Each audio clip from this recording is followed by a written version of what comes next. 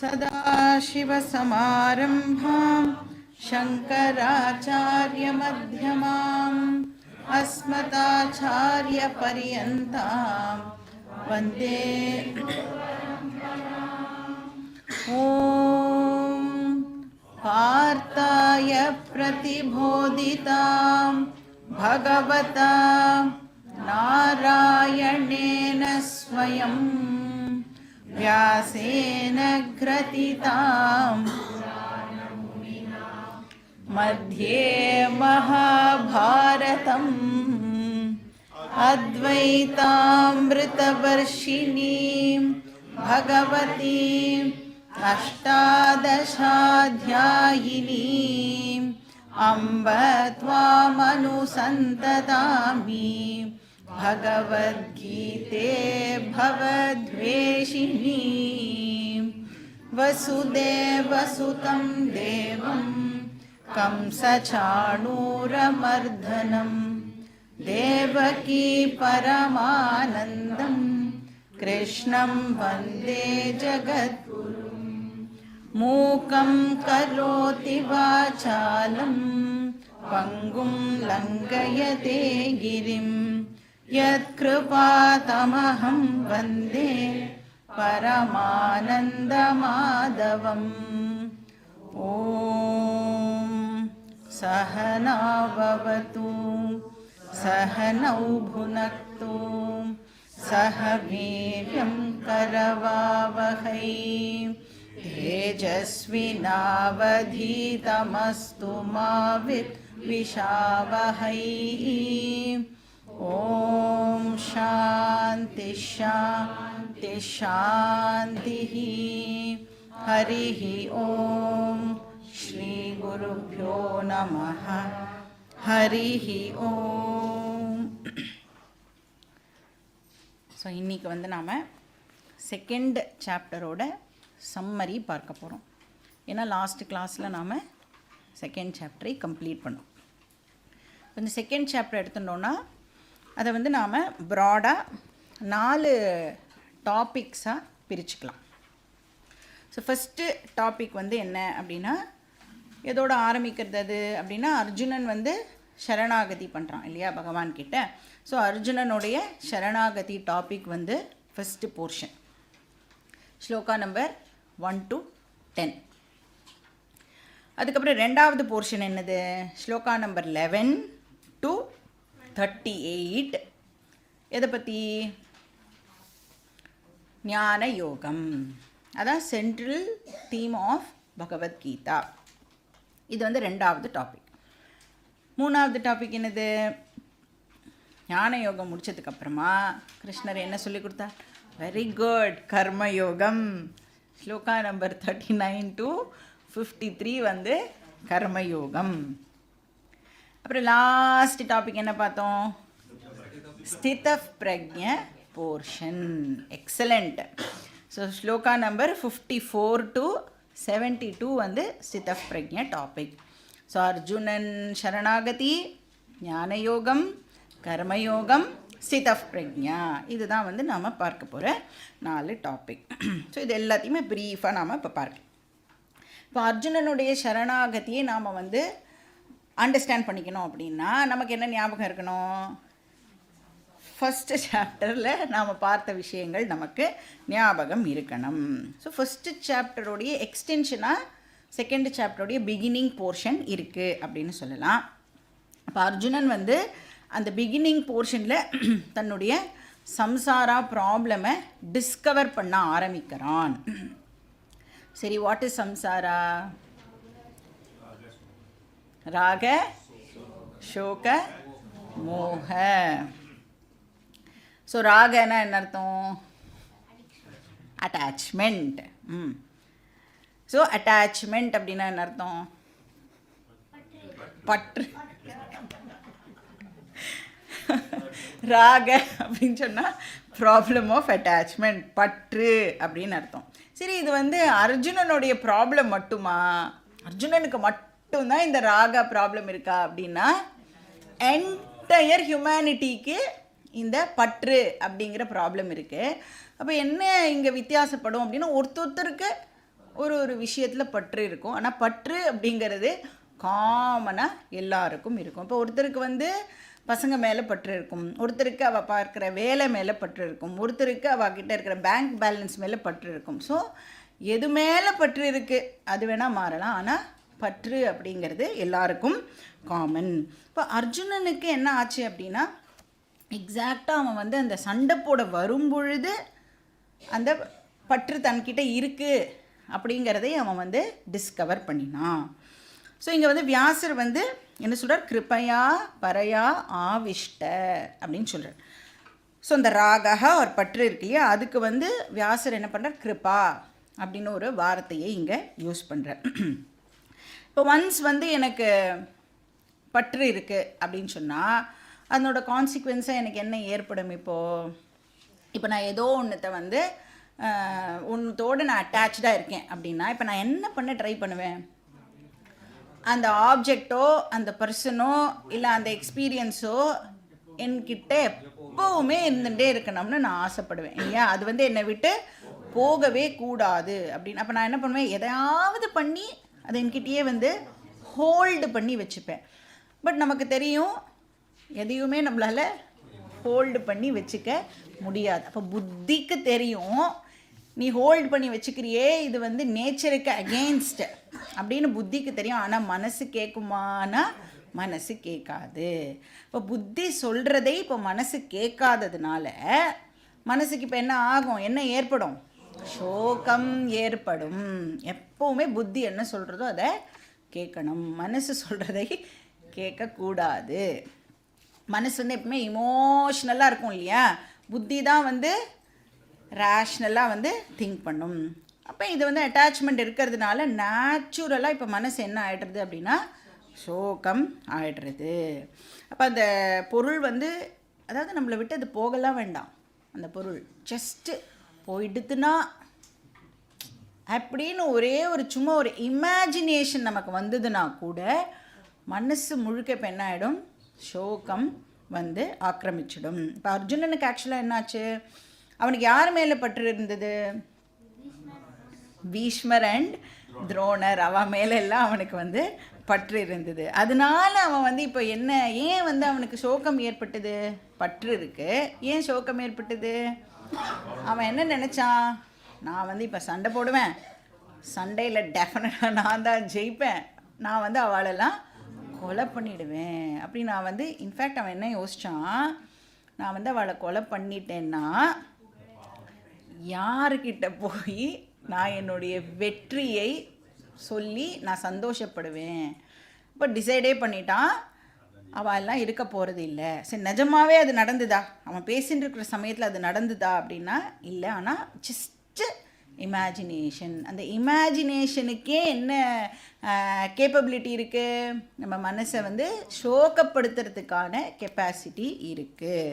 So Raaga இருந்ததுன்னா அதனோட கான்சிக்வன்ஸாக நம்மளுக்கு சோகம் ஏற்படும். அதான் விஷாதம் அப்படின்னு பார்த்தோம். ஃபர்ஸ்ட் சாப்டரோட பேர் என்னது, அர்ஜுன விஷாத யோகம். சோக ஆர் விஷாத சொல்லலாம். அப்புறம் what is the third problem? இப்போ வந்து என்ன ஆகிடும், ராகா சோகா வந்து இப்போ நம்மளுடைய மனசில் உட்கார்ந்துன்றது அப்படின்னு சொன்னால் அதோட கான்சிக்வன்ஸாக இப்போ என்ன ஆகும் அப்படின்னா, புத்தி வந்து இவ்வளோ நேரம் ப்ராப்பராக ஃபங்க்ஷன் பண்ணிட்டு இருந்ததில்ல, அது ட்ரை பண்ணித்தேன், இது பண்ணாத உனக்கு இது சரி கிடையாது அப்படின்னு சொல்லிகிட்டே இருந்தது. ஆனால் மனசு வந்து கேட்காததுனால இப்போ மனசு முழுக்க சோகம் வந்துடுது அப்படின்னா இப்போ புத்தியுடைய அந்த ஃபங்க்ஷனிங்கை வந்து இந்த சோகம் இப்போது அஃபெக்ட் பண்ண ஆரம்பிக்கும். புத்தி என்ன ஃபங்க்ஷன் பண்ணுறது, கரெக்ட், எது வந்து சரி எது தவறு அப்படின்னு பிரித்து பார்க்குற ஃபங்க்ஷனை பண்ணுறது வந்து புத்தி. புத்திக்கு எப்பயுமே என்ன என்ன கெப்பாசிட்டி இருக்குன்னா பகுத்து அறியறதுன்னு சொல்கிறோம் இல்லையா, அதனுடைய விஷயத்தெல்லாம் நல்லா அனலைஸ் பண்ணி புத்தி வந்து இப்போது டிசைட் பண்ணும் எது கரெக்டு எது தப்பு அப்படின்னு வந்து அதனால டிசைட் பண்ணுறதுக்கான கெப்பாசிட்டி புத்திக்கு இருக்குது. பட் ராக சோக இருக்கிறதுனால இப்போ புத்தி அந்த கெப்பாசிட்டியை வந்து இழந்துடுறது. புத்தி தன்னுடைய திறமையை இப்போது இழந்துடுறது. அந்த கண்டிஷனை நாம் வந்து மோக அப்படின்னு சொல்கிறோம். சப்போஸ் புத்தி அந்த ஃபங்க்ஷனிங் கெப்பாசிட்டியை இழக்கும் பொழுது நம்ம என்ன அண்டர்ஸ்டாண்ட் பண்ணிக்கலாம், நம்மளுடைய புத்தி இப்போ மோகத்தில் இருக்குது அப்படின்னு அண்டர்ஸ்டாண்ட் பண்ணிக்கலாம். இந்த மூணும் சேர்ந்தது தான் சம்சாரா, ராகா, சோகா, மோகா. ஸோ அர்ஜுனன் வந்து இந்த மூணுத்தையுமே ரொம்ப இன்டென்ஸாக ஃபேஸ் பண்ணான். இப்போ அவனுக்கு வந்து இந்த ப்ராப்ளம் எனக்கு இருக்குது அப்படின்னு தெரிஞ்சுட்டான். அப்புறம் என்ன பண்ணுறான், அவனே இந்த ப்ராப்ளம்லேருந்து வெளியில் வரத்துக்கும் தன்னால் என்னெல்லாம் பண்ண முடியுமோ அதெல்லாம் பண்ணி பார்க்குறான். இன்ஃபேக்ட் நீங்கள் வந்து ஃபஸ்ட்டு சாப்டரை ஞாபகப்படுத்தின்றேல் அப்படின்னா, ஃபஸ்ட்டு சாப்டரில் யார் டீச்சர் யார் ஸ்டூடெண்ட்டுனே நமக்கு தெரியாது, திடீர்னு கன்ஃபியூஸ் ஆகிடுவோம். ஏன்னா அர்ஜுனன் வந்து அவ்வளோ பெரிய லெக்சரை கிருஷ்ணனுக்கு கொடுப்பார். அவன் என்ன சொல்லுவான், சண்டை போடுறதெல்லாம் தப்பு கிருஷ்ணா, சண்டையெல்லாம் நாம் போடக்கூடாது, பாப்பம் நமக்கு வந்து பாப்பம் வந்து சேரும், நம்ம அவளெல்லாம் கொலை பண்ணிட்டோன்னா நாம் வந்து பாப்பிகளாகிடுவோம் அப்படின்னு கிருஷ்ணருக்கே அவன் வந்து லெக்சர்லாம் கொடுப்பான். அப்போ கிருஷ்ணர் வந்து உடனே வந்து உனக்கு தெரியுமா எனக்கு தெரியுமா அப்படிலாம் எதுவுமே கேட்கல. கிருஷ்ணர் என்ன பண்ணார், பொறுமையாக வெயிட் பண்ணார். நீ பேசு ராஜா பேசு, எவ்வளோ நேரம் உன்னால் பேச முடியுமோ உன்னோட தொண்டை தண்ணி வத்துற அளவுக்கு அவனை பேச விட்டு, அப்புறம் அவனுக்கு எனர்ஜி எல்லாம் ட்ரெயின் ஆகிற வரைக்கும் வெயிட் பண்ணுறார் கிருஷ்ணர். அதுக்கப்புறம் ஸ்லோவாக தான் அவனுக்கு தெரியறது, இல்லையே நம்ம ஏதோ லைட்டாக தப்பு பண்ணுற மாதிரி இருக்கே, கிருஷ்ணர் வந்து இவ்வளோ நாம் பேசியிருக்கோம் ஒன்றுத்துக்குமே பதில் சொல்லணுன்னா சம்திங் ராங். ஏன்னா இன்டெலிஜென்ட் பர்சன் ஆல்சோ இல்லை, அர்ஜுனன் வந்து ரொம்ப ஏதாவது காமாசோமான்னு ஒரு சாதாரண பர்சன் கிடையாது, வெரி வெரி இன்டெலிஜென்ட். அதனால அவனுக்கு டக்குன்னு தோன்றுறது ஏதோ ஒன்று நாம் தப்பு பண்ணுறோம் போல இருக்கே அப்படின்னு. அப்போது என்னாலேயே என்னுடைய பிரச்சனைக்கு சல்யூஷனை கண்டுபிடிக்க முடியலை, அந்த ஹெல்ப்லெஸ்னஸ் இருக்குல்ல, அதை வந்து அவன் உணர ஆரம்பிக்கிறான். அப்போ என்ன பண்ணான், பகவான்கிட்ட என்ன கேட்குறான் அவன், கார்பண்ய தோஷோ பகதஸ்வபாவா ரிச்சாமித்வம் தர்மசம் மூட சேதாகா அப்படின்னு பார்த்தோம். கார்பண்யம் என்கிட்ட இருக்கிற ப்ராப்ளமை, அந்த ராகசோக ப்ராப்ளமை நான் வந்து இப்போது டிஸ்கவர் பண்ணிட்டேன். பட் அது வந்து என்னை விட்டு போகணும் அப்படின்னு சொன்னால், இப்போ எனக்கு வந்து உன்னை சரணாகதி பண்ணுறதை தவிர வேறு வழி இல்லை அப்படின்னு எனக்கு தெரியறது. இப்போது யாராவது ஒருத்தர் வந்து தண்ணியில் மூழ்கிறான்னு வச்சுக்கோங்களேன், அவளுக்கு ஸ்விம்மிங் தெரியாது அப்படின்னா அந்த தண்ணியில் மூழ்கிற பர்சனுக்கு இப்போ என்ன தேடுவா, ஏதாவது ஒன்றத்தை பிடிச்சிண்டு நாம் வந்து மேலே வந்துடுவோமா அப்படின்னு பார்ப்பா இல்லையா. அந்த மாதிரி லிட்ரலி அர்ஜுனன் வந்து இப்போ தண்ணிக்குள்ளே மூழ்கிற ஒரு பர்சனாக இருக்கான். அவன் சுற்றி முற்றி பார்க்குறான், யாராவது வந்து நம்மளுக்கு காப்பாற்றுறதுக்கு யாராவது இருக்காளா, எதையாவது பிடிச்சிண்டு ஏறி வர மாட்டோமா அப்படின்னு பார்க்கும் பொழுது அவன் வந்து வெரி வெரி ஃபார்ச்சுனேட். அவனுக்கு யார் முன்னாடி நின்னா அப்படின்னா, நாராயணேன ஸ்வயம், அந்த பரமாத்மாவே அவனுக்கு முன்னாடி நின்றுருந்தார். நாமளும் தான் திரும்பி பார்ப்போம் இந்த மாதிரி கஷ்டத்தில். நாம் திரும்பி பார்க்கும்போது யார் இருப்பா, நம்மளை மாதிரியே தண்ணியில் முழுகின்னு இருக்கிறவா தான் நம்மளை சுற்றி இருப்பா இல்லையா. பட் அர்ஜுனனுக்கு வந்து பகவான் இருந்தார். அதனால் அவன் என்ன கேட்குறான், யஸ்ரேயஸ்யான் நிச்சிதம் ப்ரூஹி தன்மே. லாஸ்ட் லைன் தான் வெரி வெரி இம்பார்ட்டன்ட். என்ன சொல்கிறான், சிஷ்யஸ்தே அகம் ஷாதிமா துவாம் பிரபன்னம், நான் உன்னுடைய சிஷ்யனாக ஆகிறேன், ப்ளீஸ் நீ வந்து எனக்கு சொல்லிக் கொடு ஷாதி அப்படின்னு சொன்னால், மேரேஜ் இல்லை அப்படின்னு பார்த்தோம்ல, இன்ஸ்ட்ரக்ட் பண்ணு, எனக்கு டீச் பண்ணு அப்படின்னு அவன் வந்து பகவான்கிட்ட கேட்குறான். நான் வந்து உன்னுடைய காலடியில் சரணாகதி பண்ணுறேன். சரணாகதி பண்ணுறேன் அப்படின்னா இந்த இடத்துல என்ன அர்த்தம், நான் வந்து இந்த ப்ராப்ளமுக்கான எந்த சொல்யூஷனையும் சஜஸ்ட் பண்ண போகிறது இல்லை, நான் ஒரு எம்டி மைண்டோட உன்கிட்ட வரேன், நீ வந்து உன்னுடைய டீச்சிங் மூலமாக நான் என்ன பண்ணணும் அப்படிங்கிறத எனக்கு சொல்லு அப்படின்னு ஒரு எம்டி மைண்டோடு வரோம். ஜென்ரலாக நம்ம என்ன பண்ணுவோம், யார்கிட்டையாவது போய் ஏதாவது ஒன்று கேட்குறோன்னு வச்சுக்கோங்க, தெரியல இது வந்து நீங்கள் எனக்கு சொல்லுங்க அப்படின்னா, அவகிட்ட போய் கேட்கறதுக்கு முன்னாடி என்ன பண்ணியிருப்போம், கூகுளில் அரைகுறையாக எதையாவது ஒன்று தேடி வச்சுட்டு இவாக்கிட்ட போய் கேட்போம். இவள் இதுக்கு வந்து மேட்ச் பண்ணுற மாதிரி ஏதாவது சொன்னால் இவள் சொல்கிறத வந்து இன்னும் கொஞ்சம் கேட்டு தெரிஞ்சுக்கலாம். இல்லை டோட்டலி ஆப்போசிட்டாக சொன்னால் இவாளுக்கு எதுவுமே தெரியல அப்படின்னு டிசைட் பண்ணிவிட்டு நாம் வந்து வெளியில் வந்துடலாம் அப்படின்னு நினைப்போம் இல்லையா. அர்ஜுனன் அதெல்லாம் பண்ணலை. கூகுள் எல்லாம் தேடி நான் என்ன பண்ணணும் அதெல்லாம் பண்ணலை. டோட்டலாக அவன் வந்து பகவான்கிட்ட தன்னை சரண்டர் பண்ணிட்டான். இந்த நாலேஜுக்கு மட்டும் என்ன அவசியம் அப்படின்னா, எந்த விதமான அந்த ப்ரீகன்சீவ்டு நோஷன்ஸ் எல்லாம் வச்சுட்டே இதை வந்து கேட்டோம் அப்படின்னா இது புரியாதானா புரியும், ஆனால் புரியறதுக்கு வெகு காலம் ஆகும். அப்படியே சாஸ்திரம் சொல்கிறத அப்படியே நாம் கேட்டுட்டோம் அப்படின்னா டக்கு டக்குன்னு புரிஞ்சு நம்மளுக்கு வந்து இந்த மோக்ஷம் இஸ் ஹியர் அண்ட் நவ் அப்படின்னு போயிட்டே இருக்கலாம். பட் நாம் வந்து ஏதாவது ஐடியாலாம் வச்சுண்டு இவா சொல்கிறது கரெக்டாக, இவா வந்து கரெக்டாக சொல்கிறாள், இன்னொருத்தர்கிட்ட போய் நம்ம இதையே கேட்டு பார்ப்போம், அந்த வேலையெல்லாம் பண்ணோன்னா சாஸ்திரமும் அதோட வேலையை நம்மக்கிட்ட காமிக்கும். அப்போ அர்ஜுனன் வந்து பகவான்கிட்ட இப்போது சிஷ்யனாக சேஞ்ச் ஆகிறான். ஸோ நுழையும் போது அந்த குருக்ஷேத்திரத்துக்குள்ளே என்டர் ஆகும் பொழுது அர்ஜுனன் எப்படி நுழைஞ்சான், எஜமானனாக நுழைஞ்சான். கிருஷ்ணர் வந்து தேரோட்டியாக இருந்தார். அதுக்கப்புறம் இம்மீடியட்டாக என்ன ஆகிடுறது, இப்போ சீன் வந்து சேஞ்ச் ஆகி அர்ஜுனன் ஸ்டூடெண்ட் ஆகிறான். பகவான் வந்து இப்போது ஜகத்குருவாக ஆகிறார். இது வந்து அர்ஜுனனுக்கான டீச்சிங் மட்டும் இல்லை, என்டையர் ஹியூமனிட்டிக்கான டீச்சிங். அதனால தான் அவரை ஜகத்குரு அப்படின்னு சொல்கிறோம். இப்போ கிருஷ்ணர் வந்து டீச் பண்ணுறார் அப்படின்னு சொன்னால் அர்ஜுனனுக்கு இன்ட்ரெஸ்ட் இல்லாமல் கிருஷ்ணரால் வந்து டீச் பண்ண முடியாது. இப்போ அர்ஜுனன் வந்து நான் கேட்குறதுக்கு தயாராக இருக்கேன் அப்படின்னு தன்னை வந்து சப்மிட் பண்ணுறான் பகவான்கிட்ட. அந்த சப்மிஷன் இருக்குல்ல, it is very very important. நீங்கள் சொல்லுங்கோ, நான் வந்து அதை கேட்குறதுக்கு தயாராக இருக்கேன். அப்போ ஒரு ஸ்டூடெண்ட் அப்படின்னு சொன்னால் அந்த ஸ்டூடெண்ட் எப்படி இருக்கணும், டோட்டலாக டீச்சர்கிட்ட தன்னை சப்மிட் பண்ணிக்கணும். அப்போ அதை எப்படி எக்ஸ்ப்ரெஸ் பண்ணுறோம், நீங்கள் சொல்கிறத நான் வந்து கேட்குறேன் அப்படிங்கிறத எக்ஸ்ப்ரெஸ் பண்ணுறதுக்காக தான் நாம் டீச்சருக்கு நமஸ்காரமே பண்ணுறோம். நம்மளால் நமஸ்காரமே பண்ண முடியலை, எதுக்கு இவாளுக்கு நமஸ்காரம் பண்ணணும் அப்படின்னு ஒரு தாட் வந்ததுன்னா என்ன அண்டர்ஸ்டாண்ட் பண்ணிக்கலாம், நம்மளுடைய இன்டெலெக்ட் வந்து அவ்வளோ அரகண்ட்டாக இருக்குது. அப்போ என்ன பண்ணணும், கேட்டுட்டே இருந்தோன்னா அந்த அரகன்சி கொஞ்சம் கொஞ்சமாக குறைஞ்சி அதுக்கப்புறம் நம்ம ஸ்டூடெண்ட் ஆகி அதுக்கப்புறம் இந்த டீச்சிங் நமக்குள்ளே போய் நம்மளுக்கு இந்த விஷயம் எல்லாம் புரிய ஆரம்பிக்கும். அப்போ அர்ஜுனனும் வந்து சாதாரண ஒரு ஆள் கிடையாது இல்லையா. அவன் வந்து தனஞ்சயன், நிறைய பேர் இருக்கு அவனுக்கு, இந்திரலோகத்துக்கு போயிட்டு வந்திருக்கான், நிறைய விஷயங்கள், பராக்கிரமசாலி அவன். ஆனால் அவன் வந்து இப்போ பகவான்கிட்ட தன்னை சரண்டர் பண்ணிக்கிறான். இப்போ நிறைய பேர் வந்து இந்த டவுட்டை கேட்பான், ஏன் வந்து கிருஷ்ணர் அர்ஜுனனுக்கு மட்டும்தான் உபதேசம் பண்ணார், ஏன் தர்மருக்கு பண்ணலை, ஏன் பீமனுக்கு பண்ணலை, ஏன் பண்ணலை? சிம்பிள் ஆன்சர், அவன் மட்டும்தான் கேட்டான். ஏன் பாக்கி பேருக்கெல்லாம் இந்த விஷயம் போய் சேரலை?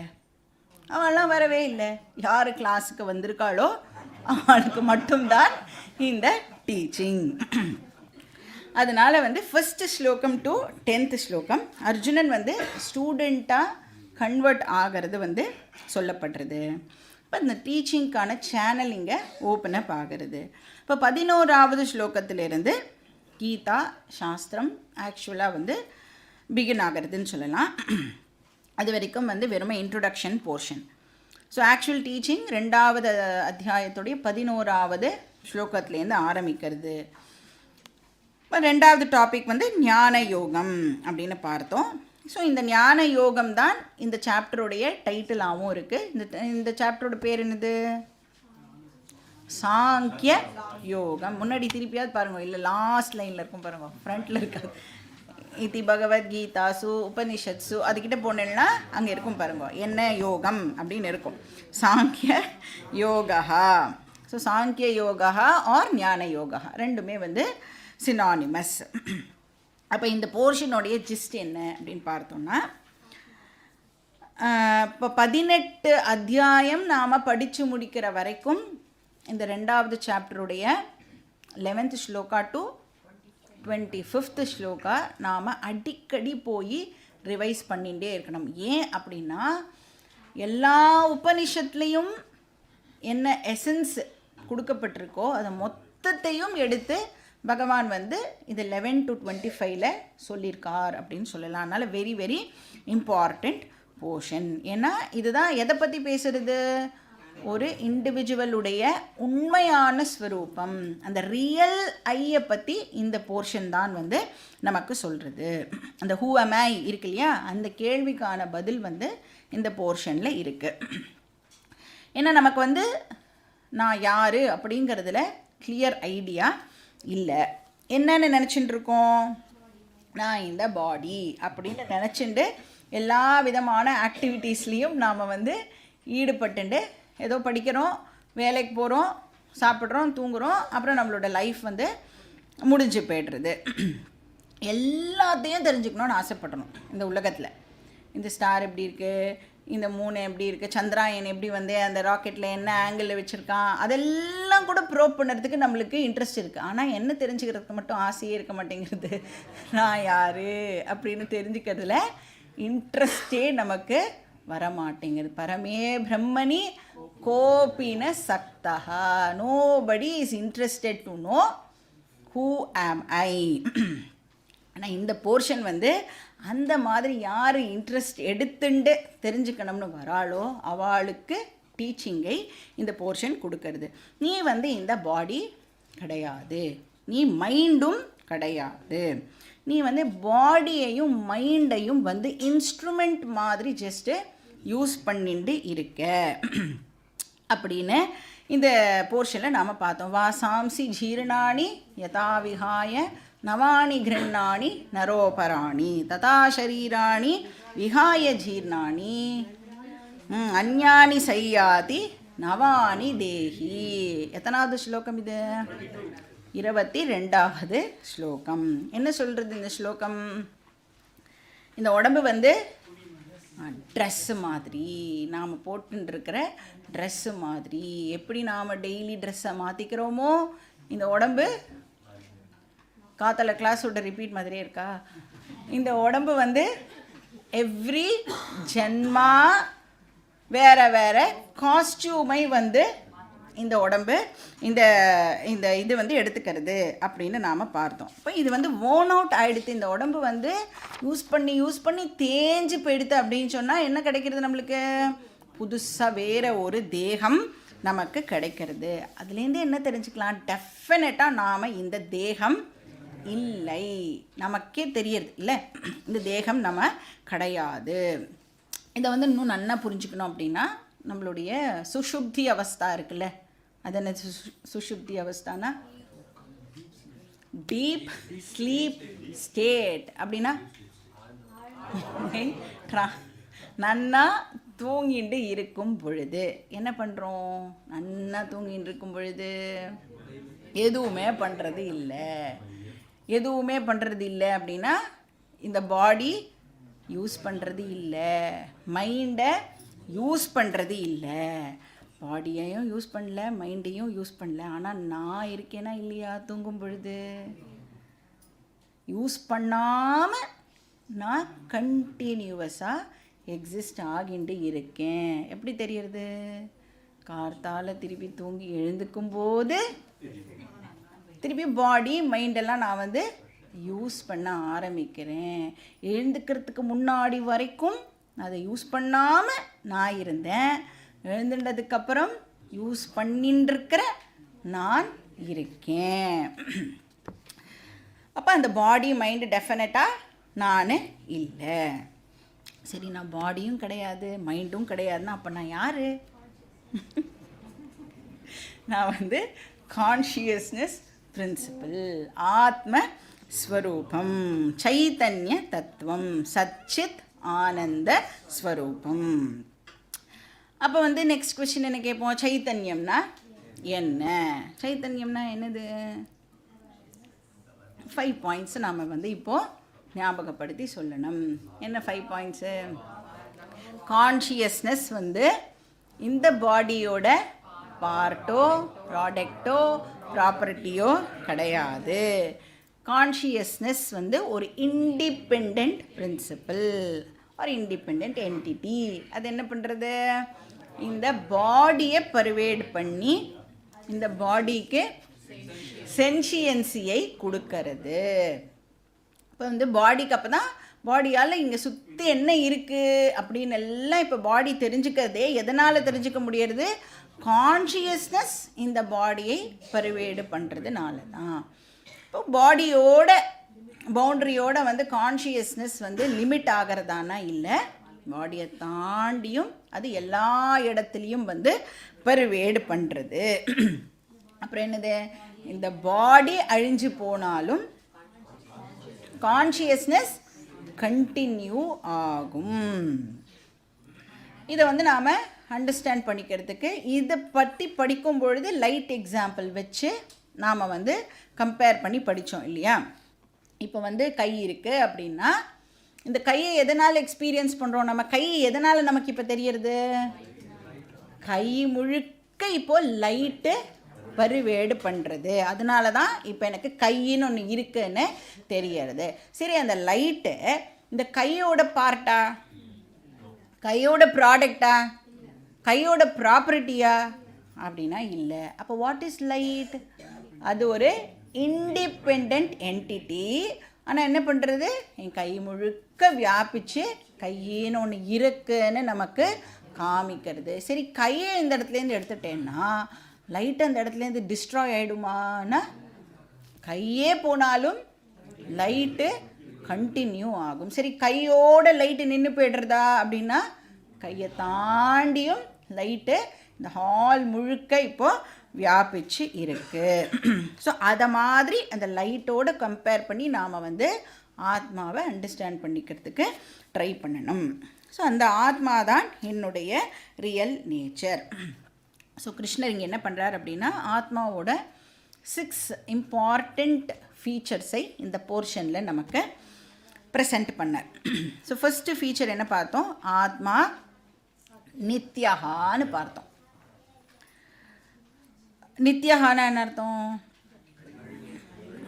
பெர்மனண்ட்டாக இருக்கக்கூடியது, அழிவில்லாதது, எப்போவுமே அது கண்டினியூவஸாக இருந்துகிட்டே இருக்கும். பட் இந்த பாடி மைண்டு சென்ஸ் காம்ப்ளெக்ஸ் இருக்கே, அதெல்லாம் என்னது, அனித்யம். அனித்யம்னா அது வந்து பர்மனண்ட்டாக இருக்காது. ரெண்டாவது என்ன பார்த்தோம், ஆத்மா சத்தியம். சத்தியம்னா என்னது, எது ஒன்று 3 காலத்துலேயும் இருக்குமோ அப்படின்னா அதுக்கு இண்டிபெண்ட் எக்ஸிஸ்டன்ஸ் இருக்குது அப்படின்னு அர்த்தம். பட் அனாத்மா எப்படிப்பட்டதாக இருக்குது, ஆத்மா கிட்டேருந்து எக்ஸிஸ்டன்ஸை பாரோ பண்ணிட்டு இருக்குது. அப்போ அனாத்மாவுக்கு டிபெண்ட் எக்ஸிஸ்டன்ஸ் தான் இருக்குது. ஆனால் ஆத்மா இண்டிபெண்ட்டாக எதையும் சாராமல் தன்னால் வந்து இருக்க முடியும். அது வந்து எந்த ஸ்லோகம் சொல்லிது, நாசத்தோ வித்யதே பாவஹா நாபாவோ வித்யதே சதஹா உபயோரபி திருஷ்டோந்தஹா த்வனயோ தத்வதரிசிபிஹி. எத்தனாவது ஸ்லோகம் அது, 16வது ஸ்லோகம். இது வந்து இந்த 11லேருந்து 25 வரைக்கும் மனப்பாடம் பண்ணணும், சரியா. நான் வந்து நெக்ஸ்ட் கிளாஸில் உங்களுக்கு கேட்பேன். இது வந்து வெரி வெரி இம்பார்ட்டண்ட் ஸ்லோகம். இந்த 16வது ஸ்லோகம் வெறும மனப்பாடம் பண்ணாமல் அதை ஒரு வாட்டி போய் அந்த ஸ்லோகம் என்ன சொல்கிறது அப்படிங்கிறதையும் நீங்கள் கேளுங்க. ஸோ ஆத்மா நித்யஹா, ஆத்மா சத்யஹா. மூணாவது ஆத்மா சர்வகதஹா. அப்படின்னா என்ன அர்த்தம், சர்வகதஹானா எல்லா இடத்துலையும் ஆத்மா இருக்குது, ஆல் பர்வேடிங். அதுக்கப்புறம் 4வது ஃபீச்சர் என்னது, இப்போ என்ன பண்ணுறார், இங்கே வெறும் வேர்ட்ஸ் மட்டும் நம்மளுக்கு இன்ட்ரடியூஸ் பண்ணுறார். பின்னாடி வர சாப்டர்ஸில் இதெல்லாம் பற்றி வந்து கிருஷ்ணர் வந்து நம்மளுக்கு எக்ஸ்பிளைன் பண்ணுவார். இந்த ஹெட்லைன்ஸ் மாதிரி இப்போ நம்ம வெறும் ஹெட்லைன்ஸ் பார்க்குறோம், அதுக்கப்புறம் விரிவான செய்திகள், அதுக்கப்புறம் 18வது சாப்டரில் என்ன பண்ணுவார், மறுபடியும் செய்தி சுருக்கம் சொல்லி தான் உங்களை அனுப்புவார், சரியா. இப்போ வந்து சும்மா ஒரு இன்ட்ரடக்ஷன். அப்போ 4வது ஃபீச்சர் என்னன்னா அப்ரமேயா அப்படின்னு பார்த்தோம். அப்ரமேயானா என்ன அர்த்தம், ஆத்மாவை எக்ஸ்பீரியன்ஸே பண்ண முடியாது. ஏன் எக்ஸ்பீரியன்ஸே பண்ண முடியாது, ஏன்னா ஆத்மாதான் எக்ஸ்பீரியன்சர். இப்போ வந்து எதையோ பார்க்கறது, பேசுறது, தொடறது அதெல்லாம் இருக்குல்ல, அந்த மாதிரியெல்லாம் ஆத்மாவை வந்து பார்க்க முடியுமா, ஏதாவது சப்தம் வச்சு கேட்க முடியுமா, தொட முடியுமானா பண்ண முடியாது. ஏன்னா அதெல்லாம் பண்ணுறதில்ல. இந்த எக்ஸ்பீரியன்சர் தான் இந்த ஆத்மா. ஆத்மா ஒரு நாளைக்கும் எக்ஸ்பீரியன்ஸ்டு ஆப்ஜெக்டாகவே ஆகாது. ஏன்னா ஆத்மா தான் எக்ஸ்பீரியன்சர், சப்ஜெக்ட். அந்த நான் இருக்கேன்ல, நான் தான் அந்த ஆத்மா. நான் தான் என்ன பண்ணுறேன் இப்போது, எதையோ ஒன்றத்தை பார்க்கணும், எதையோ ஒன்றத்தை தொடணும், எதையோ ஒன்றத்தை கேட்கணும். அப்போது அந்த பக்கம் இல்லை ஆத்மா. எங்கே இருக்கு? நான் தான் அந்த ஆத்மா. இப்போ நான் வந்து எப்பயுமே அதை ஒரு பொருளாக என்னால் வந்து அதை ஆப்ஜெக்டிஃபை பண்ண முடியாது. எப்போவுமே அது சீயர், சீன் கிடையாது. நெக்ஸ்ட்டு வந்து அகர்த்தா அபோக்தா அப்படின்னு பார்த்தோம். அப்படின்னா எந்த ஆக்ஷனையும் ஆத்மா பண்ணுறது இல்லை. இப்போ தானே நான் தான் பார்க்கணும், நான் தான் தொடணும். ஆனால் ஆத்மா வந்து அகர்த்தா அபோக்தா. இதை பற்றிலாம் இன்னும் டீட்டெயிலாக தெரிஞ்சுக்கணுன்னா நம்ம என்ன பண்ணணும், கேம்புக்கு வரணும். இப்போ ஆத்மாவுக்கு வந்து எந்த விதமான கர்மாவும் கிடையாது. ஏன்னா அது எந்த ஆக்ஷனும் பண்ணுறதே இல்லை. எந்த ஆக்ஷனும் அது பண்ணாததுனால எந்த ஆக்ஷனோட ரிசல்ட்டையும் அது அனுபவிக்க வேண்டிய அவசியம் இல்லை. அதனால் ஆத்மாவுக்கு கர்மா கிடையாது. கர்மானா இந்த இடத்துல சஞ்சிதா, பிராரப்தா, ஆகாமி அதெல்லாம் ஆத்மாவுக்கு இல்லை. ந புண்ணியம் ந பாபம் ந சௌக்கியம் ந துக்கம் ந மந்த்ரோ ந தீர்த்தம் ந வேதோ ந யஜ்ஞா அகம் போஜனம் நைவ போஜ்யம் ந போக்தா சிதானந்த ரூப சிவோகம் சிவோகம். ஸோ அது டூவரும் இல்லை, என்ஜாயரும் இல்லை. நெக்ஸ்ட்டு 6வது ஃபீச்சர் நிர்விகாரா, சேஞ்ச்லெஸ். ந ஜாயத்தே மிரியத்தே வா கதாச்சித் நாயம் பூத்வா பவிதா வான பூயः அஜோ நித்ய சாஸ்வதோயம் புராணः ந ஹன்யத்தே ஹன்யமானே ஷரீரே. இப்போ வந்து கான்ஷியஸ்னஸ் வந்து எந்த விதமான சேஞ்சஸையும் அண்டர்கோ பண்ணுறது இல்லை. ஏன்னா நமக்கு தெரியும் இந்த உடம்பு எடுத்துட்டோன்னா அது 6 விதமான சேஞ்சஸை அண்டர்கோ பண்ணுறது. அஸ்தி, ஜாயத்தே, வர்த்ததே, விபரிணமத்தே, அபக்ஷீயத்தே, வினஷ்யதி அப்படின்னு 6 விதமான மாறுதல்களை இந்த உடம்பு வந்து அண்டர்கோ பண்ணுறது. பட் ஆத்மாவுக்கு எந்த சேஞ்சும் நடக்கிறது இல்லை. ஸோ ஷட் விகார ரஹிதா ஆத்மா. இப்போ இங்கே என்ன சொல்கிறார் கிருஷ்ணர், ஹே அர்ஜுனா, நீ அந்த ஆத்மான்னு அண்டர்ஸ்டாண்ட் பண்ணிக்கோ. நீ வந்து இந்த பாடி மைண்டு இல்லை, அந்த ஆத்மா நானுன்னு கிளைம் பண்ணு அப்படின்னு வந்து கிருஷ்ணர் வந்து இந்த ஞான யோகா டாப்பிக்கில் 11 to 38 வரைக்கும் வந்து கிருஷ்ணர் வந்து இந்த விஷயங்களை சொல்கிறார். 11 to 25 எக்ஸாக்டாக ஆத்மாவை பற்றின விஷயங்கள். அதுக்கப்புறம் இந்த ஞான யோகா டாபிக் வந்து கண்டினியூ ஆகிறது. இப்போ ஞான யோகம் தான் நம்மளுடைய எல்லா ப்ராப்ளம்ஸுக்கும் பர்மனெண்ட் சொல்யூஷன். இப்போ வந்து நான் இந்த பாடி இல்லை, நான் இந்த மைண்டும் கிடையாது, நான் ஆத்மஸ்வரூபம் அப்படின்னு தெரிஞ்சுக்கிறதுனால மட்டுமே நமக்கு மரண பயம் நம்மளை விட்டு போகும், இன்செக்யூரிட்டி நம்மளை விட்டு போகும். அந்த வயசாயிடுத்துனா என்ன பண்ணுறது, அந்த வயோதிகம் ஒரு பயத்தை கொடுக்கறதுல அதெல்லாம் நம்மளை விட்டு போகணும் அப்படின்னா அதுக்கு இருக்கிற ஒரே சொல்யூஷன் என்னது, நான் ஆத்மா, நான் இந்த பாடி மைண்ட் இல்லைன்னு அண்டர்ஸ்டாண்ட் பண்ணிக்கணும். இது வந்து சும்மா இங்கே சொல்லி கேட்டு சும்மா திருப்பி சொல்கிற விஷயம் இல்லை. ஆனால் உண்மையாகவே அதை நாம் அண்டர்ஸ்டாண்ட் பண்ணிக்கணும். இந்த ஃபேக்டை நாம் அண்டர்ஸ்டாண்ட் பண்ணிக்கணும். புத்திக்கு அந்த கன்விக்ஷன் ஆனது ஏற்படணும். ஸோ இது 2வது டாபிக். 3வது டாபிக் என்னது, karma yoga topic. Shloka number 39 to 53. இப்போ ஞான யோகம் தான் பெர்மனெண்ட் சொல்யூஷன். ஓகே, அப்புறம் எதுக்கு கர்மயோகத்தை பற்றி இப்போ கிருஷ்ணர் இங்கே சொல்கிறார்? ஞான யோக்கியதா நமக்கு வரணும்னா, இப்போ சொல்கிற இவ்வளோ ஸ்லோகம் சொன்னார்ல, அர்ஜுனனுக்கு புரிஞ்சிருக்கணும்ல. புரிஞ்சு அவன் என்ன பண்ணியிருக்கணும், ஓகே நான் வந்து சண்டை போடுறேன் அப்படின்னு இம்மீடியட்டாக சண்டை போடுறதுக்கு தயாராக ஆயிருக்கணும்ல. ஆனால் அவன் போட்டபடி அப்படியே உட்காந்துட்டுருக்கான். அப்போனா அவனுக்கு அந்த மைண்ட் மெச்சூரிட்டி இன்னும் வரலை. அதனால் இப்போ கிருஷ்ணர் என்ன பண்ணுறார், அந்த மைண்டுக்கு மெச்சூரிட்டி வரணும்னா நெக்ஸ்ட்டு இன்னொரு டாபிக் இருக்குப்பா, அதை உனக்கு நான் சொல்லி கொடுக்குறேன் அப்படின்னு சொல்லி அந்த கர்மயோகா டாப்பிக்கை வந்து இன்ட்ரடியூஸ் பண்ணுறார். ஏன்னா இந்த விஷயம் இருக்குல்ல, இந்த ஞான யோகம், இந்த வேதாந்தா கிளாஸ்லாம் இருக்கே, இதெல்லாம் எப்படிப்பட்டதுன்னா, ஆச்சரியவத் பஷ்யதி கஷ்டிதேனம் ஆச்சரியவத் வததி ததைவ சான்யஹ ஆச்சரியவச்சைனமன்ய ஸ்ருணோதி ஸ்ருத்வாப்யேனம் வேதன சைவ கஷ்டித். சொல்லி கொடுக்குறவா வெரி வெரி ரேர், கிளாஸ் கேட்குறவா very very very very rare, அப்படியே கேட்டாலும் அண்டர்ஸ்டாண்ட் பண்ணிக்கிறவா ரேரஸ்ட்டு. ரொம்ப ரொம்ப நம்ம இப்போ என்ன பண்ணிகிட்டு இருக்கோன்னா, இருக்கலே உலகத்துலேயே இருக்கிற ரேரஸ்ட்டு நாலேஜை ரொம்ப ரேரஸ்ட்டு பீப்புளாக இருந்துட்டு இந்த விஷயத்தை நாம் வந்து இப்போது கேட்டுருக்கோம். ஆச்சரியம் அப்படின்னு சொல்கிறார், கிருஷ்ணரே சொல்கிறார். அப்படியெல்லாம் லேஸில் யாரும் இதுக்கு வந்துட மாட்டா. ஏன்னா வரணும்னா அவ்வளோ புண்ணியம் நமக்கு இதுக்கு தேவைப்படுறது. ஆத்மா டாப்பிக்கை பற்றி 25 வருஷம் கிளாஸ் எல்லாம் கேட்டுட்டு கூட ஒன்றுமே புரியல சார் அப்படின்னு சொல்கிறவா நிறைய பேர் இருக்கா. அதனால இப்போது கர்மயோகம் நமக்கு அவசியம் ஆகிறது. ஏன்னா எல்லாம் புரிஞ்சிடும். இப்போ விஸ்வரூப ஈஸ்வரா அப்படின்னா அது கூட நம்மளால் வந்து அண்டர்ஸ்டாண்ட் பண்ணிக்க முடியும்.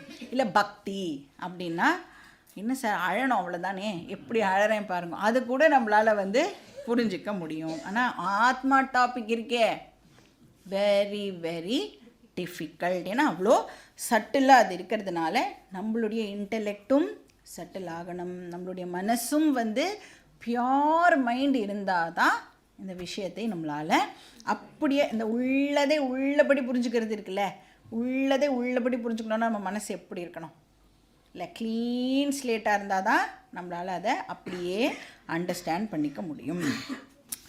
அப்போ இந்த ஞான யோகம் வந்து கஷ்டமாக இருக்கே அப்படின்னா சாஸ்திரம் சொல்கிறது கஷ்டம் கிடையாது. யாருக்கு கஷ்டம், யார் வந்து தன்னை ப்ரிப்பேர் பண்ணிக்கலையோ அவளுக்கு கஷ்டம். யாருக்கு ஈஸி, யார்கிட்ட ப்ரிப்பேர்ட் மைண்ட் இருக்கோ அவளுக்கு வெரி வெரி ஈஸி. அதனால் ஞான யோக்கியதா உனக்கு வந்துடுதுன்னா ஞானம் ஈஸியாக வந்துடும். ஸோ இங்கே வந்து அந்த கர்மயோகா டாப்பிக்கை கிருஷ்ணர் இங்கே இன்ட்ரடியூஸ் பண்ணுறார். கர்மயோகம்னா என்னன்னு பார்த்தோம், proper action plus proper attitude. So proper ஆக்ஷனை பற்றி எக்ஸ்பிளைன் பண்ணுறதுக்காக பகவான் கர்மாவையே வந்து 3 விதமாக பிரித்தார் அப்படின்னு பார்த்தோம். அதாவது பெஸ்ட் கர்மா, மீடியாக்கர் கர்மா, வர்ஸ்ட் கர்மா அப்படின்னு 3ஆக பார்த்தோம் இல்லை. உத்தம, மத்தியம, அதம. அதையே வேறு மாதிரி சொல்லணுன்னா சாத்விக, ராஜச, தாமச அப்படின்னு பார்த்தோம். ஸோ எது ப்ராப்பர் ஆக்ஷன், சாத்வீக கர்மா தான் ப்ராப்பர் ஆக்ஷன். எது பெஸ்ட்டு கர்மாவோ அதுதான் வந்து ப்ராப்பர் ஆக்ஷன். இப்போ சாத்வீக கர்மானா என்னது, எந்த ஒரு கர்மா நான் பண்ணுறதுனால என்னை தவிர இன்னும் நிறைய பேருக்கு அது வந்து பெனிஃபிட்டை கொடுக்குமோ நான் பண்ணுற அந்த கர்மா வந்து சாத்வீக கர்மா. இப்போ நான் வந்து என்னையும் கன்சிடர் பண்ணிப்பேன், அதுக்கப்புறம் என்னோடய வீட்டில் இருக்கிறவளை கன்சிடர் பண்ணுவேன், சொசைட்டியை கன்சிடர் பண்ணுவேன், நேஷனை கன்சிடர் பண்ணுவேன், வேர்ல்டை கன்சிடர் பண்ணுவேன். இப்படி அந்த பெனிஃபிஷியரிஸ் வந்து இன்க்ரீஸ் ஆக ஆக நம்மளுடைய கர்மா வந்து சாத்வீக கர்மா அப்படின்னு சொல்லலாம். Rajasic கர்மானா selfish action. இப்போ யாராவது கஷ்டப்படுறான்னு வச்சுக்கோங்களேன், உன்னுடைய விதி அவன் கஷ்டப்படுறான், நான் என்ன பண்ண முடியும் அப்படின்லாம் நிறைய பேர் இருக்கா இல்லையா. அப்போ அவள் என்ன பண்ணுவான்னா அவள் போனால் போகிறது அவளோட ஃபேமிலியே வந்து இன்க்ளூட் பண்ணிப்பா. ஸோ அந்த மாதிரி பீப்புள் வந்து பண்ணுற ஆக்ஷன்ஸ்க்கு பேர் ராஜச கர்மா. அவளுடைய நலனில் மட்டும் அவளுக்கு அக்கறை இருக்கும், அது வந்து மத்தியம கர்மா. 3ஆவது என்னது, எனக்கு வேலை ஆகணும்னா நான் எந்த லெவலுக்கு வேணும்னாலும் போய் அந்த வேலையை பண்ணுவேன். அதாவது அடுத்த வாளுக்கு அது கெடுதல் அப்படின்னு தெரிஞ்சால் கூட நான் என்னுடைய சுய லாபத்துக்காக அதையெல்லாம் பண்ணுவேன். இப்போ நம்மளே பார்த்துட்டுருக்கோம், நிறைய நியூஸ்லலாம் விஷயங்கள்லாம் வருதில்ல, அதெல்லாம் என்ன கர்மா அப்படின்னா அதம கர்மா. இப்போ ப்ரிஃபரன்ஸ் எது, டாப் ப்ரிஃபரன்ஸ் எதுக்கு கொடுக்கணும்? ஒரு கர்மயோகி என்ன பண்ணணும்னா சாத்வீக கர்மாவை நிறையா பண்ண ஆரம்பிக்கணும், ராஜச கர்மாவை கொஞ்சம் கொஞ்சமாக குறைச்சிட்டு வரணும், தாமச கர்மாவை பண்ணவே கூடாது. சரி, ப்ராப்பர் ஆக்ஷன் மட்டும் போகாது, equally important is proper attitude. So proper attitude என்னது? நான் என்ன கர்மா பண்ணினாலும் அதை வந்து முழுசாக என்னுடைய இன்வால்மெண்ட்டோடு நான் வந்து அந்த கர்மாவை பண்ணணும், சின்சியர் எஃபர்ட் போட்டு அந்த கர்மாவை பண்ணணும். அதாவது நான் ஒரு ஆக்ஷன் பண்ணுறேன் இல்லை, அந்த ஆக்ஷன் பண்ணுறதையே நான் என்ஜாய் பண்ணி பண்ணணும். நான் ஒரு ஆக்ஷன் பண்ணுவேன், அப்புறம் அதுக்கான ஒரு ரிசல்ட் வரும், அந்த ரிசல்ட் ஃபேவரபுளாக இருந்தால் நான் அப்போ சந்தோஷப்பட்டுப்பேன். அந்த கதையே இல்லை, பண்ணும் பொழுதே நான் வந்து அதை என்ஜாய் பண்ணிடுறதுனால என்ன ரிசல்ட் வந்தாலும் என்னால் வந்து அதை அக்செப்ட் பண்ணிக்க முடியும். இப்படி பண்ணினோன்னா, இந்த ஆட்டிடியூடோடு பண்ணினோன்னா அது வந்து கர்மயோகம். எப்போ என்னால் வந்து என்ஜாய் பண்ணி ஒரு வேலையை பண்ண முடியும், எப்போ என்னால் சின்சியராக கமிட்டடாக ஒரு வேலையை பண்ண முடியும் அப்படின்னா, எப்போ நான் பண்ணுற ஆக்ஷனை பகவானுக்கு அர்ப்பணம் பண்ணுறேனோ அப்போ டெஃபினட்டாக என்னால் வந்து சின்சியராக கமிட்டடாக என்னுடைய ஃபுல் எஃபர்ட்டை போட்டு பண்ண முடியும். ஸோ அந்த ஆட்டிடியூட் நமக்கு ஒரு கர்மா பண்ணுற போதும் இருக்கணும். அப்போ பகவானுக்காக பண்ணுறேன் அப்படின்னு சொல்லிட்டாலே என்ன ஆகிடுறது அப்படின்னா, நேச்சுரலாகவே வந்து என்னுடைய ஃபுல் எஃபர்ட் அந்த இடத்துல போடப்படுறது. அதுக்கப்புறம் வர ரிசல்ட் இப்போ என்ன பண்ணணும்? ஈஸ்வர பிரசாதமாக எடுத்துக்கணும். இப்போ வந்து பேரண்ட்ஸ்லாம் இருக்கா இல்லையா, பேரண்ட்ஸுக்கு வந்து குழந்தைகளை வளர்க்குறது ஒரு வேலை, ஆனால் அந்த ஜாப் பார்த்தீங்கன்னா ஒரு தேங்க்லெஸ் ஜாப் அப்படின்னு சொல்லுவாள். குழந்தைகள்லாம் வந்து நீ என்னை ரொம்ப நல்லா வளர்த்துருக்க, ரொம்ப தேங்க்யூ அப்படின்லாம் வந்து சொல்லிட்டு போகுமானா ஒரு நாளைக்கும் சொல்ல போகிறதில்ல. ஒரு குழந்தை என்ன பண்ணித்தான், how to bring up children அப்படின்னு ஒரு புக்கை படிச்சுட்டு இருந்துதான். அவள் அம்மா வந்து ரொம்ப ஆச்சரியப்பட்டுப்பா, நீ எதுக்கு இந்த புக் எல்லாம் படிச்சுட்டு இருக்க அப்படின்னா, அந்த குழந்தை சொல்லித்தான், நீ என்னை சரியாக தான் வளர்க்குறியான்னு நான் வந்து செக் பண்ணுறேன் அப்படின்னு சொல்லித்தான். அந்த மாதிரி பதில் சொல்லிட்டுனா அதை எப்படி எடுத்துக்கணும்? இப்போ நம்ம ஈஸ்வர பிரசாதமாக எடுத்துக்கணும். அப்போ ஆக்ஷன் பண்ணணும், அதை பகவானுக்கு ஆஃபரிங்காக பண்ணணும். அப்புறம் அந்த ஆக்ஷன்லேருந்து எந்த ரிசல்ட் வந்தாலும் அதை ஈஸ்வர பிரசாதமாக எடுத்துக்கணும். இது ரெண்டும் சேர்ந்தது கர்மயோகம். இதை வந்து டீட்டெயில்டாக 3வது அத்தியாயத்தில் பகவான் வந்து நம்மளுக்கு எக்ஸ்பிளைன் பண்ணுறார். அப்புறம் கர்மயோகத்தோட பெனிஃபிட்டு, கர்மயோகம் ஒரு நாளைக்கும் நமக்கு மோட்சத்தை கொடுக்காது. இதை நல்லா அண்டர்லைன் பண்ணி வச்சுக்கணும். கர்மானால் ஒரு நாளைக்கும் நமக்கு மோட்சம் கிடைக்காது. மோட்சம் வேணும்னா ஞானத்தினால மட்டுமே மோட்சத்தை கொடுக்க முடியும். அப்போ இந்த கர்மயோகம் பின்ன என்ன தான் கொடுக்கறது? நம்மளுக்கு ஞான யோக்கியதாவை கொடுக்கறது, சித்த சுத்தியை இந்த கர்மயோகம் நமக்கு கொடுக்கறது. யதாதே மோக கலிலம் புத்திர் வியதித ரிஷ்யதி ததா கந்தாசி நிர்வேதம் ஸ்ரோத்தவ்யஸ்ய ஸ்ருதஸ்யச்ச.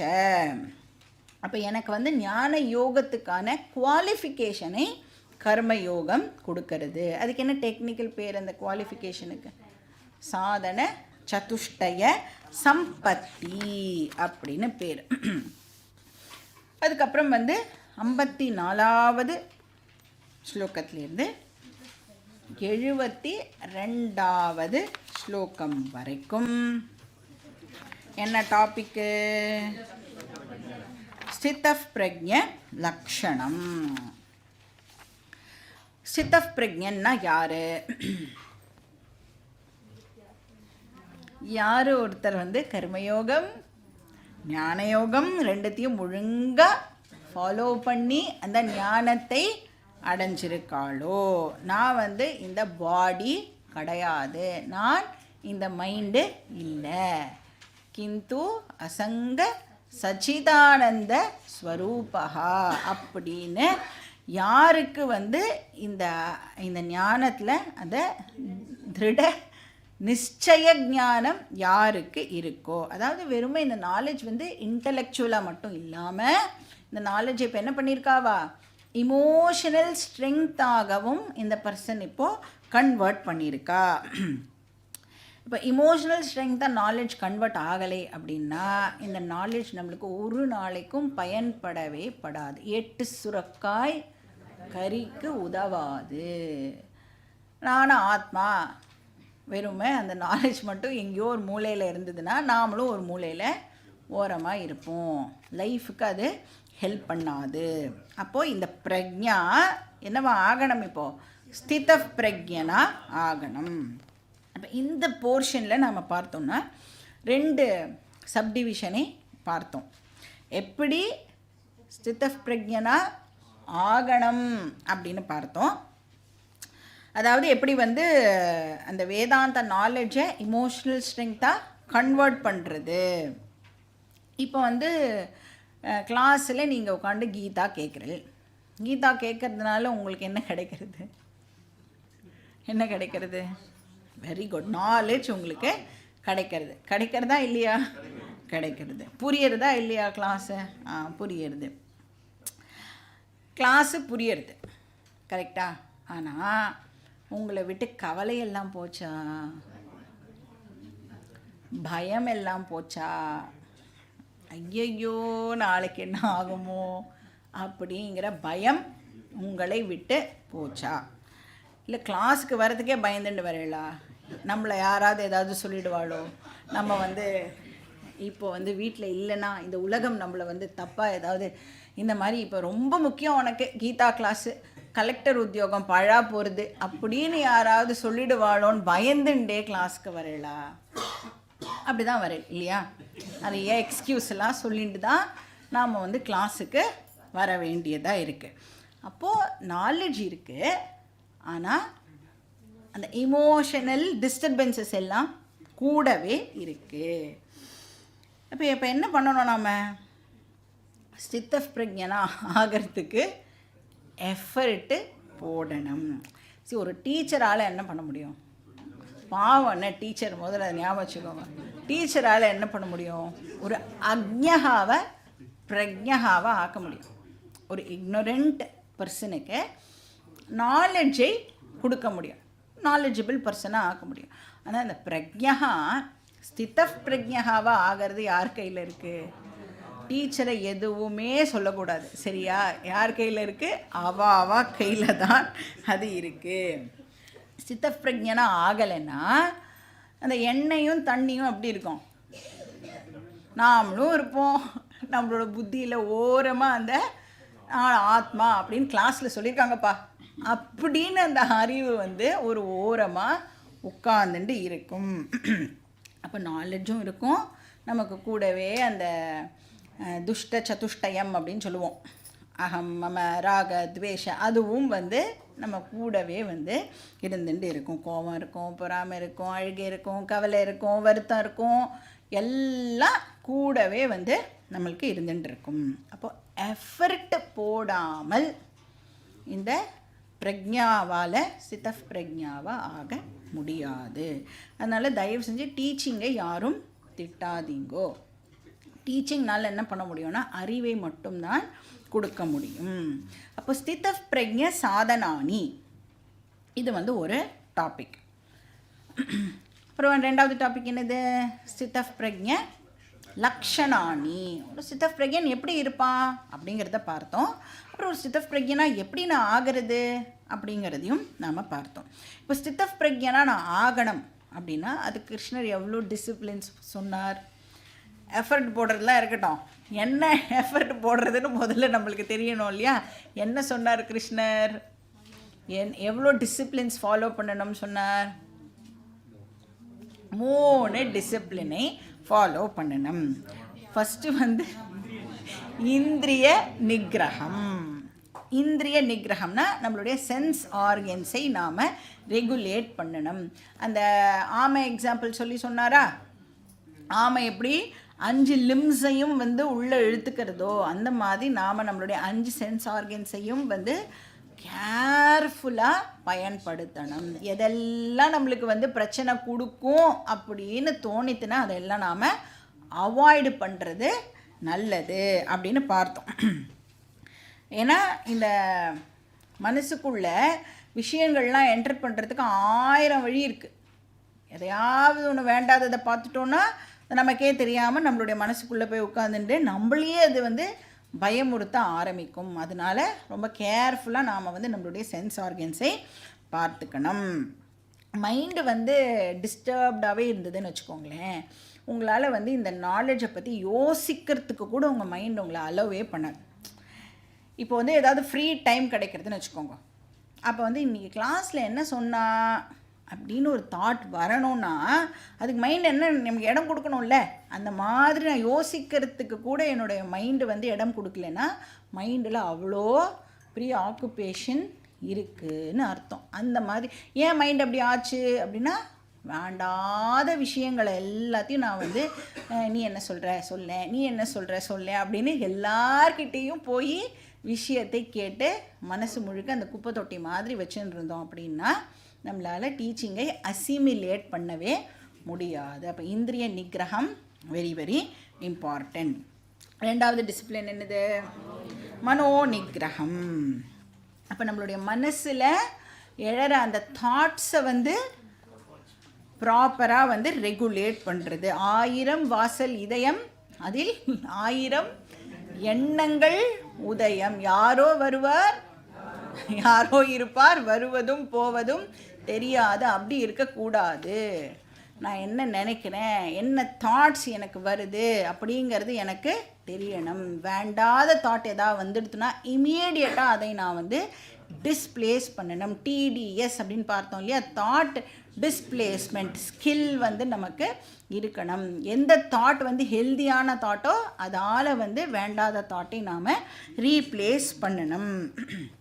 ஸோ வந்து மனோ நிகிரகம் வந்து வெரி வெரி இம்பார்ட்டண்ட். இந்திரியஸ் ஏந்திரியஸ்யார்த்தே ராகத்வேஷௌ வியவஸ்திதௌ அப்படின்னு நாம் வந்து பார்த்தோம். ஸோ மனோ நிகிரகம்.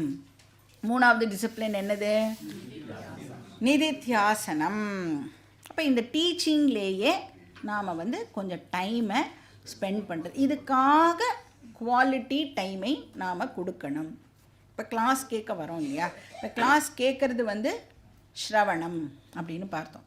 இப்போ இங்கே கேட்ட விஷயத்தை நாம் இதே மாதிரி வேறு எந்த, இப்போ கிளாஸ்க்கு வந்துட்டேன்னா வேறு எந்த விவகாரமும் நீங்கள் பண்ணுறது இல்லை இல்லையா, எதை பற்றியும் யோசிக்கிறது இல்லை, இங்கே என்னவோ அதை நல்லா கேட்கணும்னு கவனமாக இருக்கும் இல்லையா. அதே மாதிரி அட்டென்ஷனோட இப்போ சொன்ன விஷயத்தை மறுபடியும் நாம் ஒரு வாட்டி ரீகேப் பண்ணிக்கிறது தான் நிதித்தியாசனம் அப்படின்னு சொல்கிறோம். அப்போ சும்மா உட்காந்துருக்கிற நேரத்தில் நம்மளால் டீச்சிங்கை இன்வோக் பண்ணிக்க முடியறதா அப்படின்னு பார்க்கணும்.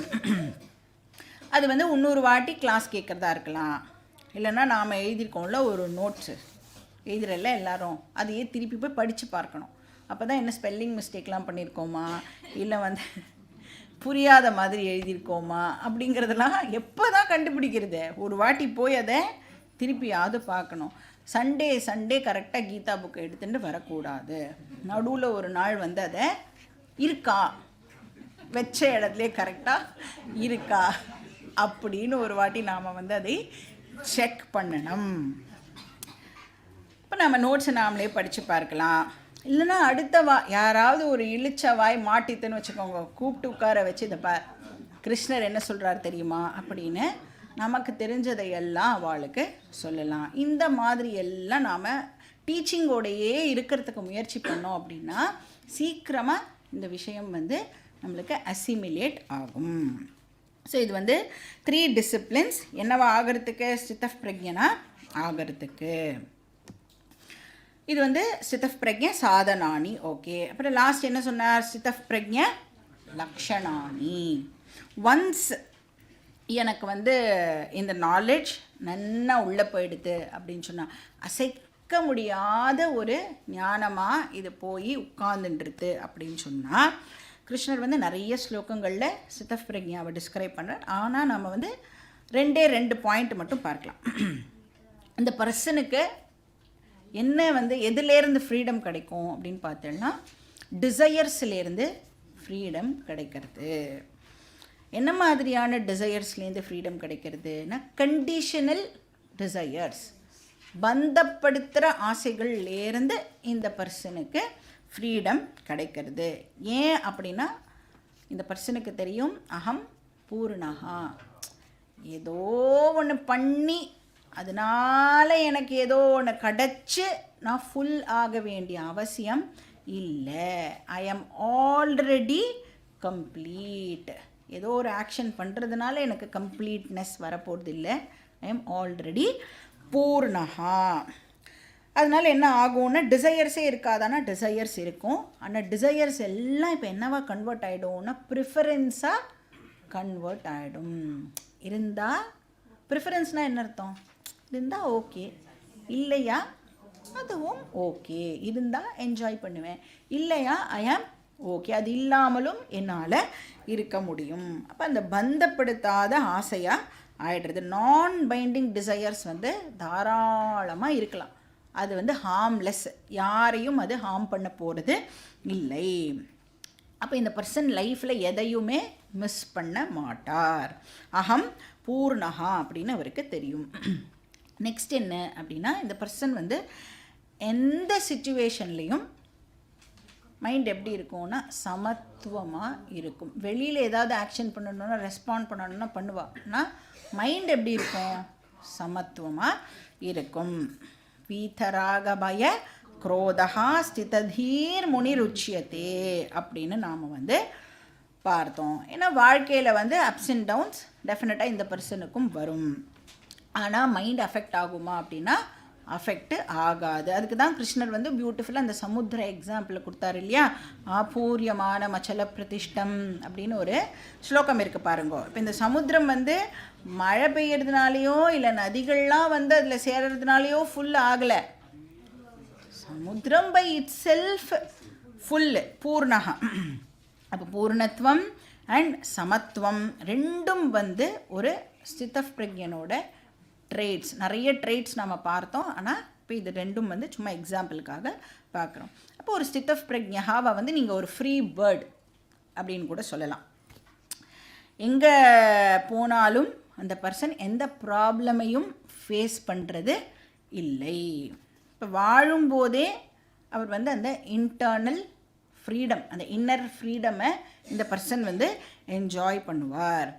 இப்போ அந்த என்ஜாய் பண்ணுறது தான் நாம் வந்து ஜீவன் முக்தி அப்படின்னு சொல்கிறோம். சப்போஸ் இந்த தேகம் போயிடுத்து அப்படின்னா அந்த பர்சனுக்கு வந்து விதேக முக்தி கிடைக்கிறது. 3 சரீரமும் வந்து பிரபஞ்சத்தோடு போய் மர்ஜ் ஆகிடும். அந்த பர்சன் மறுபடியும் பிறக்கிறது இல்லை. அப்போ வாழும்போதும் வாழ்க்கைக்கு பிறகும். இதோட வந்து 4 டாப்பிக்கும் ஓவர். ஸோ 4 டாபிக் இருந்தாலும் 2வது அத்தியாயத்தோட மெயின் டாபிக் எது? ஞான யோகம் ஆர் சாங்கிய யோகம். அதனால தான் 2வது அத்தியாயத்துக்கு சாங்கிய யோகம் அப்படின்னு பேர். இதோட நாம் சம்மரியை கன்க்ளூட் பண்ணிக்கலாம். ஓம் தத்சத் इति श्रीमद्भगवद्गीतासु उपनिषत्सु ब्रह्मविद्यायां योगशास्त्रे श्रीकृष्णार्जुनसंवादे सांख्ययोगो नाम द्वितीयोऽध्यायः। श्रीकृष्णार्पणमस्तु। ॐ पूर्णमदः पूर्णमिदं पूर्णात् पूर्णमुदच्यते पूर्णस्य पूर्णमादाय पूर्णमेवावशिष्यते। ॐ शान्ति शान्ति शान्ति।